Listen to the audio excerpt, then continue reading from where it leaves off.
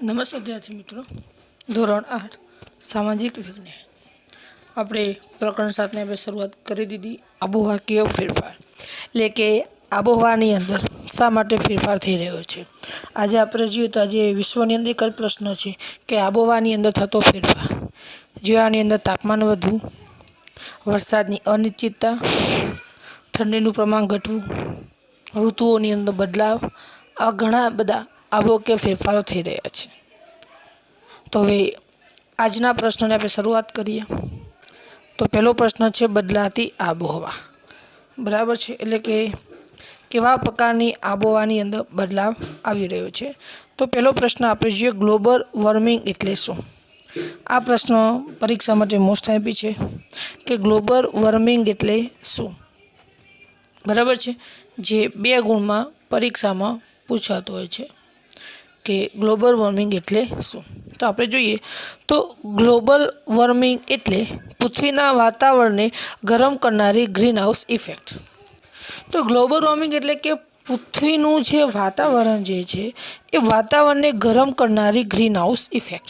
તો જે greenhouse effect જે છે એ ગ્રીનહાઉસ ઇફેક્ટ જે આપણી જે પૃથ્વી જે છે એના વાતાવરણને શું કરી રહી છે, ગરમ કરી રહી છે, જેને આપણે શું કહીએ છીએ, ગ્લોબલ વોર્મિંગ. આપણે એક જ વાક્યની અંદર આપણે એની વ્યાખ્યા આપણે આપવી હોય તો આવી રીતે આપણે આપી શકીએ કે ગ્લોબલ વોર્મિંગ એટલે પૃથ્વીના વાતાવરણને ગરમ કરનારી ગ્રીનહાઉસ ઇફેક્ટ, એને આપણે ગ્લોબલ વોર્મિંગ કહીએ છીએ. આપણે જોઈએ આગળ તો ગ્રીનહાઉસ ઇફેક્ટ એટલે કે સૂર્યના કિરણો સાથે આવતી ગરમીને વાતાવરણમાં આવ્યા પછી પૃથ્વી પર અથડાઈને પરાવર્તન પામી પાછી અવકાશમાં જવા ન દેવાય તેવી સ્થિતિ. તો આપણે જોઈ ગયા કે ગ્લોબલ વોર્મિંગ એટલે કે પૃથ્વીના વાતાવરણને ગરમ કરનારી ગ્રીનહાઉસ ઇફેક્ટ. હવે પ્રશ્ન થાય કે ગ્રીનહાઉસ ઇફેક્ટ એટલે શું. તો આપણે જોઈએ ગ્રીનહાઉસ ઇફેક્ટ એટલે કે સૂર્યના કિરણો સાથે જે ગરમી આવે, આપણને ખ્યાલ છે કે સૂર્યના કિરણો જ્યારે આપણી પૃથ્વી પર આવે છે ત્યારે સૂર્યના કિરણોની સાથે સાથે ગરમી પણ આપણા વાતાવરણમાં આવે છે. પણ આ ગરમી વાતાવરણમાં આવ્યા પછી પૃથ્વી પર અથડાઈને પરાવર્તન પામી પાછી અવકાશમાં જવા દેવામાં ન આવે એવી સ્થિતિ. કારણ કે ગરમી જે છે એ પૃથ્વી સાથે અથડાઈ ગયા બાદ એને પાછી અવકાશમાં જવા દેવામાં આવતી નથી. એ ગરમી આપણા વાતાવરણમાં જ રહે છે. એના કારણે આપણું વાતાવરણ કેવું રહે છે, ગરમ, અને એના જ કારણે આપણને શું લાગે છે, ગરમી લાગે છે. તો ધ્યાન આપજો, પરીક્ષામાં પ્રશ્ન પૂછાય કે ગ્લોબલ વોર્મિંગ એટલે શું. તો આપણે યાદ રાખવાનું છે કે ગ્લોબલ વોર્મિંગ એટલે કે પૃથ્વીના વાતાવરણને ગરમ કરનારી ગ્રીનહાઉસ ઇફેક્ટ. પણ આ ગ્રીનહાઉસ ઇફેક્ટ શું છે, તો ગ્રીનહાઉસ ઇફેક્ટ એટલે કે સૂર્યના કિરણો સાથે આવતી ગરમીને વાતાવરણમાં આવ્યા પછી પૃથ્વી પર અથડાઈને પરાવર્તન પામી પાછી અવકાશમાં જવા દેવામાં ન આવે એવી સ્થિતિને આપણે ગ્રીનહાઉસ ઇફેક્ટ કહીએ છીએ. તો આપણને વિદ્યાર્થી મિત્રો એક વસ્તુનો તો ખ્યાલ આવી ગયો કે આજે આપણે ગરમી કેમ લાગે છે, તો વાતાવરણ ગરમ થાય છે એટલા માટે. અને વાતાવરણ ગરમ કેમ રહે છે, તો ગ્રીનહાઉસ ઇફેક્ટના કારણે. આ ગ્રીનહાઉસ ઇફેક્ટ એ શું છે, તો સૂર્યના કિરણો સાથે જે ગરમી આપણા વાતાવરણમાં આવ્યા પછી એમને અવકાશમાં પાછી જવા દેવામાં આવતી નથી. એના જ કારણે આપણું વાતાવરણ ગરમ અને હૂંફાળું રહે છે. કારણ કે એને પાછી જવા દેવામાં નહીં આવતી. ગરમી અહીંયા આપણી પૃથ્વી ઉપર જ રહે છે. એના કારણે આપણને ગરમી લાગે છે. ત્યાર પછી આગળના પ્રશ્ન તરફ આગળ વધીએ આપણે. તો આગળનો પ્રશ્ન છે, પૃથ્વી ગરમ કેમ થાય છે. અથવા એની જગ્યાએ બીજો પ્રશ્ન એવો પણ પૂછાય કે આબોહવા પરિવર્તનનો પ્રશ્ન શાથી ઉદ્ભવ્યો છે. તો આપણી જે પૃથ્વી જે છે એ પૃથ્વી ગરમ કેમ થાય છે.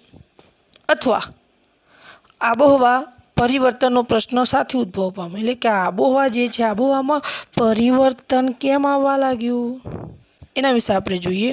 તો આપણે જોઈએ તો ગ્રીનહાઉસ ઇફેક્ટમાં સક્રિય carbon dioxide, methane, nitrous oxide, chlorofluorocarbon અને હેલોકાર્બન વગેરે ગ્રીનહાઉસ વાયુ તરીકે ઓળખવામાં આવે છે. આમ વાતાવરણમાં આ વાયુઓનું પ્રમાણ વધવાથી આબોહવા પરિવર્તનનો પ્રશ્ન ઉદ્ભવ પામે છે. તો ગ્રીનહાઉસ ઇફેક્ટની અંદર કેટલાક સક્રિય વાયુ રહેલા છે, ધ્યાન આપો. પરીક્ષામાં એક ગુણમાં એક આ મુદ્દો પણ પૂછાય કે ગ્રીન હાઉસ ઇફેક્ટમાં કયા કયા વાયુઓ રહેલા છે અથવા તો ગ્રીન હાઉસ વાયુઓ કયા કયા છે. તો ગ્રીન હાઉસ ઇફેક્ટની અંદર carbon dioxide, methane, nitric oxide, chlorofluoro carbon, જેને આપણે ટૂંકમાં CFC નામે ઓળખીએ છીએ, હેલો કાર્બન વગેરે ગ્રીન હાઉસ વાયુઓ છે. અને જ્યારે આ ગ્રીન હાઉસ વાયુઓનું પ્રમાણ વધે છે ત્યારે આબોહવાની અંદર પરિવર્તન થાય છે. એટલે ત્યાર પછી ગરમીનું પ્રમાણ વધે, ઠંડીની અનિશ્ચિતતા થઈ જાય, વરસાદનું પ્રમાણ કોઈ જગ્યાએ ઘટી જાય તો કોઈ જગ્યાએ વધી જાય. આવા પ્રકારની સ્થિતિ સર્જાય છે. ક્યારે? કે જ્યારે વાતાવરણમાં ગ્રીન હાઉસ વાયુનું પ્રમાણ વધે. પણ આ ગ્રીન હાઉસ વાયુઓ કયા કયા છે? તો ગ્રીન હાઉસ વાયુઓ છે carbon dioxide, methane, nitrous oxide, chlorofluoro carbon અને હેલો કાર્બન, જે ગ્રીન હાઉસ વાયુઓ છે. અને આ વાયુનું પ્રમાણ વધે ત્યારે જ વાતાવરણ ગરમ થાય છે, એટલે કે આબોહવાની અંદર પરિવર્તન આવે છે.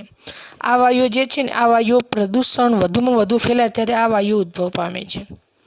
પરીક્ષામાં આ પ્રશ્ન મોસ્ટ આઈએમપી છે, યાદ રાખવાનો છે કે ગ્રીન હાઉસ વાયુઓ કયા કયા છે.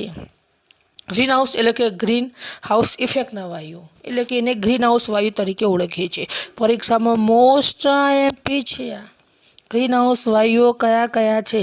તો ધ્યાન રાખજો, ગ્રીન હાઉસ વાયુની અંદર carbon dioxide, methane, nitrous oxide, chlorofluoro carbon અને હેલો કાર્બન વગેરે જેવા ગ્રીન હાઉસ વાયુઓ છે. બીજો પરીક્ષામાં પ્રશ્ન પૂછાય કે CFCનું પૂરું નામ આપો. CFCનું પૂરું નામ આપો. તો CFCનું પૂરું નામ શું છે? તો ક્લોરોફ્લોરા કાર્બન. બરાબર છે, ક્લોરોફ્લોરા કાર્બન, જેને ટૂંકમાં CFC કહીએ છીએ. આ પણ મોસ્ટ આઈએમપી છે. બરાબર. તો પરીક્ષામાં પ્રશ્ન પૂછાય કે CFCનું પૂરું નામ આપો. તો ક્લોરોફ્લોરા કાર્બન એટલે કે CFC. અને ગ્રીન હાઉસ વાયુઓ કયા કયા છે? તો carbon dioxide, methane, nitrous oxide, chlorofluoro carbon અને હેલો કાર્બન વગેરે ગ્રીન હાઉસ વાયુઓ છે. અને આ વાયુનું પ્રમાણ વધે ત્યારે આબોહવા પરિવર્તનનો પ્રશ્ન ઉદ્ભવ પામે છે. તો આજે વિદ્યાર્થી મિત્રો જો ધીરે ધીરે જુદા જુદા સાધનોનું પ્રમાણ વધવા લાગ્યું, ઉદ્યોગ ધંધા વધી રહ્યા છે, વધુમાં વધુ આપણે ઇલેક્ટ્રોનિક સાધનોનો ઉપયોગ કરી રહ્યા છીએ. એના જ કારણે આ ગ્રીન હાઉસ વાયુનું પ્રમાણ વધી રહ્યું છે. અને જેટલા ગ્રીન હાઉસ વાયુનું પ્રમાણ વધશે એટલું પ્રદૂષણનું પ્રમાણ પણ વધારે થશે. અને એના કારણે આબોહવાની અંદર પરિવર્તન આવતું જશે. બરાબર છે. તો આખો પ્રશ્ન આપણે યાદ રાખવાનો છે કે આબોહવાના પરિવર્તનનો પ્રશ્ન સાથે ઉદ્ભવ પામ્યો. તો ગ્રીન હાઉસ ઇફેક્ટના જે સક્રિય વાયુ જે છે carbon dioxide, methane, nitrous oxide, chlorofluoro carbon અને હેલો કાર્બન વગેરે ગ્રીન હાઉસ વાયુઓ છે. અને આ વાયુનું પ્રમાણ વધે ત્યારે વાતાવરણની અંદર કેટલાક ફેરફારો થાય છે. આગળ આપણે જોઈએ તો છેલ્લા 100 વર્ષમાં તાપમાનમાં 0.6 સેલ્સિયસનો વધારો થયો. તો જેના પર છેલ્લા 100 વર્ષની અંદર વિશ્વની વાત છે, કે ભારતની વાત નથી, વિશ્વની અંદર 0.6 સેલ્સિયસ જેટલું તાપમાન વધ્યું. હવે તમે જુઓ, આપણને એમ થાય કે 0.6 સેલ્સિયસ તાપમાન વધ્યું, વધારે ન કહેવાય, આખા વિશ્વનું છે, ભારતનું નથી. આમાં ઠંડા પ્રદેશો પણ આવી ગયા કે જ્યાં -ડિગ્રીમાં તાપમાન હોય છે, જ્યાં -ડિગ્રીમાં તાપમાન હોય છે એને પણ આની અંદર સમાવેશ કરવામાં આવ્યો છે. તો આખા વિશ્વમાં, આખી પૃથ્વી ઉપર 0.6 સેલ્સિયસ જેટલું તાપમાનમાં વધારો થયો છે. ના પાછળનું કારણ છે આ ગ્રીન હાઉસ વાયુઓ, કારણ કે દિવસે દિવસે જે ગ્રીન હાઉસ વાયુઓ જે છે એનું પ્રમાણ વધી રહ્યું છે. કારણ કે જેટલા ઉદ્યોગોનું પ્રમાણ વધશે, સાધનોનું પ્રમાણ વધશે, જેટલા આપણે ઇલેક્ટ્રોનિક ચીજવસ્તુનો વધુમાં વધુ ઉપયોગ કરીશું તેમાં ગ્રીન હાઉસ વાયુનું પ્રમાણ વધવાનું છે. અને એના જ કારણે વાતાવરણ પ્રદૂષિત થવાનું જ છે. તો આપણે જોઈએ આજે વાતાવરણની અંદર જે ગ્રીન હાઉસ વાયુનું પ્રમાણ કેટલું છે. તો કાર્બન ડાયોક્સાઇડ, જેને આપણે ટૂંકમાં CO2 કહીએ છીએ, જેનું વાતાવરણમાં કુલ 64% હિસ્સો છે. તો વાતાવરણમાં 64 કાર્બન ડાયોક્સાઇડ છે. ક્લોરોફ્લોરા કાર્બન એટલે કે CFC 65% છે. મિથેન CS4 10% છે. હેલો કાર્બન 0.5% છે.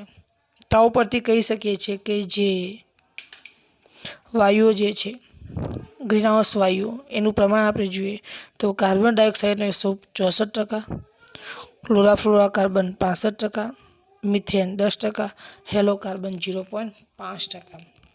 આ ગ્રીનહાઉસ વાયુનું પ્રમાણ છે, પણ આપણે આ પરીક્ષામાં નથી પૂછાતો, ખાલી સમજવા માટેનું છે. પણ આપણે એટલું યાદ તો રાખવાનું છે ગ્રીનહાઉસ વાયુઓ કયા કયા છે, એ પરીક્ષામાં પૂછાતા હોય છે. આગળ આપણે જોઈએ, હવે વાતાવરણની અંદર ગ્રીનહાઉસ જે વાયુઓ જે છે એ ગ્રીનહાઉસ વાયુઓનું પ્રમાણ કેટલું વધી રહ્યું છે એના વિશે આપણે જોઈએ. તો આજથી 100 વર્ષ પહેલાં CO2 275 ppm હતો, આજે 350 ppm થયું. ppm એટલે કે પાર્ટ પર મિલિયન. જેમ આપણે વજન કિલોગ્રામમાં થાય, પ્રવાહી લીટરમાં થાય, એ જ રીતે જે વાયુઓ જે છે એ વાયુઓ શામાં માપવામાં આવે છે? ppm એટલે કે પાર્ટ પર મિલિયન. બરાબર છે? તો વાયુઓ ppmમાં મપાય. તો આજથી 100 વર્ષ પહેલાં એટલે કે આજથી 100 વર્ષ પહેલાં કાર્બન ડાયોક્સાઇડ એટલે કે CO2નું પ્રમાણ કેટલું હતું? 275 ppm હતું, જે આજે વધીને કેટલું થયું છે? 350 ppm. એક માર્ક્સની અંદર આપણે યાદ રાખવાનું છે, પરીક્ષામાં પ્રશ્ન પૂછાય કે CO2 અથવા તો કાર્બન ડાયોક્સાઇડનું પ્રમાણ કેટલું છે? તો આજથી 100 વર્ષ પહેલાં CO2 એટલે કે કાર્બન ડાયોક્સાઇડનું પ્રમાણ 275 ppm હતું, જે વધીને આજે કેટલું થયું છે? 350 ppm થયું છે. કેટલું થયેલું છે? 350 ppm થયું છે. આગળ આપણે જોઈએ વર્લ્ડ મીટરીઓલોજીકલ ઓર્ગેનાઇઝેશન, જે ટૂંકમાં આપણે WMO કહીએ છીએ, એ વિશ્વ હવામાન સંસ્થા છે.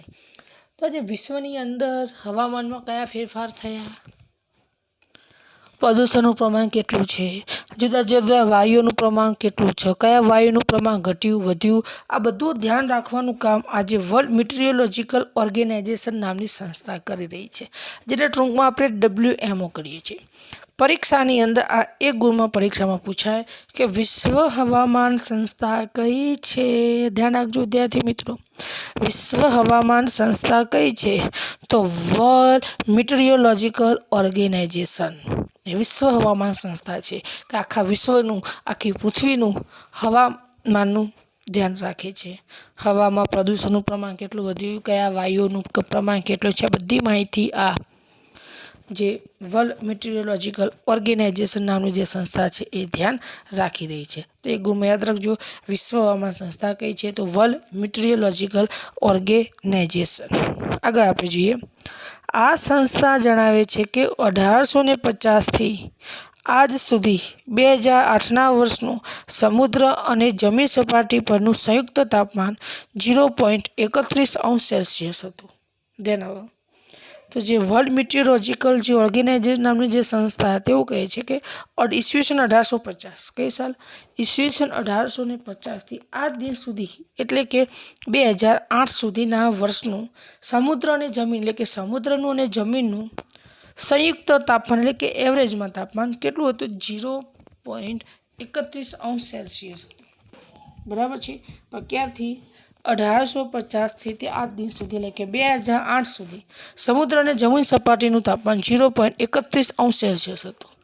પણ આ 1961થી તે 1990ના ગાળાના સરેરાશ તાપમાન કરતાં પણ વધારે હતું. તો વિચાર કરો વિદ્યાર્થી મિત્રો કે જે 1961થી તે 1990 એટલે કે આ 30 વર્ષના સમયગાળા કરતાં તાપમાન પણ કેવું હતું? બમણું હતું. એટલે કે સરેરાશ તાપમાન કરતાં પણ કેવું છે? વધારે છે. તો 1961થી તે 1990ના ગાળામાં જે સરેરાશ તાપમાન હોવું જોઈએ એના કરતાં પણ કેવું છે? વધારે છે. કારણ કે અત્યારે તાપમાન વધી રહ્યું છે, પ્રદૂષણ વધી રહ્યું છે, એના કારણે તાપમાન પણ વધારો થઈ રહ્યો છે. પણ આમાંથી આપણે એક જ પ્રશ્ન પૂછાય છે કે વિશ્વ હવામાન સંસ્થા કઈ છે? તો વર્લ્ડ મીટરીઓલોજીકલ ઓર્ગેનાઇઝેશન જે વિશ્વ હવામાન સંસ્થા છે. અને એનું કહેવું એવું છે કે 1850થી તે 2008 સુધી સમુદ્ર અને જમીનનું સંયુક્ત તાપમાન કેટલું છે? 0.31°. જે 1961થી તે 1990ના ગાળાના સરેરાશ તાપમાન કરતાં પણ કેવું છે? વધારે હતું. બીજો વાયુ આપણે જોઈએ હવે મિથેન. મિથેનનું ટૂંકું નામ છે CH4. મિથેનનું ટૂંકું નામ છે CH4. તો આપણે જોઈએ ઈસવીસન 1750માં 315 ppm હતું. ઈસવીસન 1750માં મિથેનનું પ્રમાણ 315 ppm હતું, જે ઈસવીસન 2005માં 1764 ppm જેટલો વધારો થયો છે. તો ધ્યાન આપો, ઈસવીસન 1750માં 315 ppm હતું. કઈ સાલમાં? 1750માં 315 ppm હતું, જે ઈસવીસન 2005માં 1764 ppm જેટલો વધારો થયો. હવે વિચાર કરો કે 315માંથી ડાયરેક્ટ ક્યાં પહોંચી ગયા?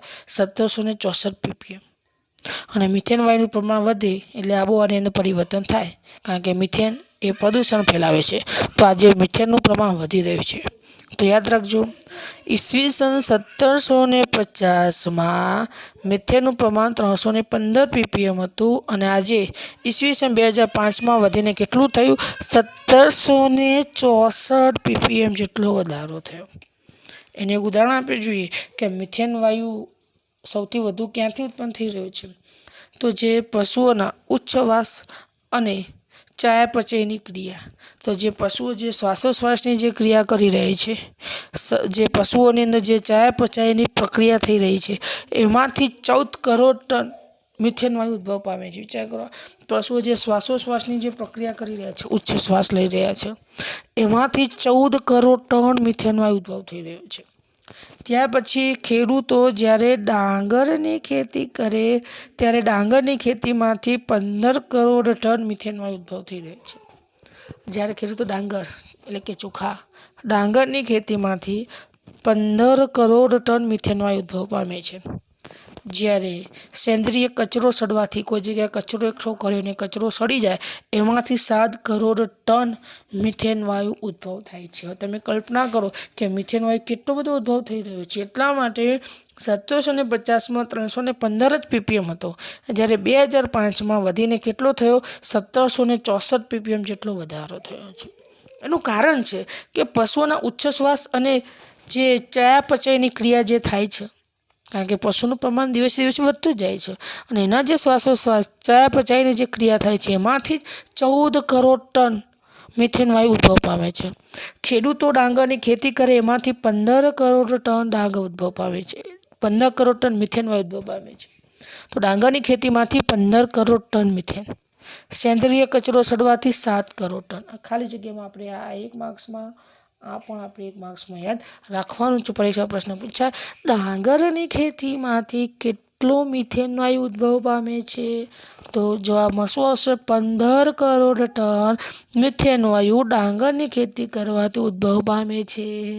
સેન્દ્રિય કચરો સડવાથી કેટલો મિથેન વાયુ ઉદ્ભવ પામે છે?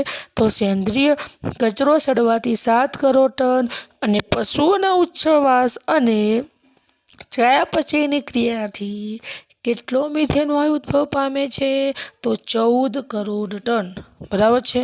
તો આ વસ્તુ આપણે યાદ રાખવાની છે.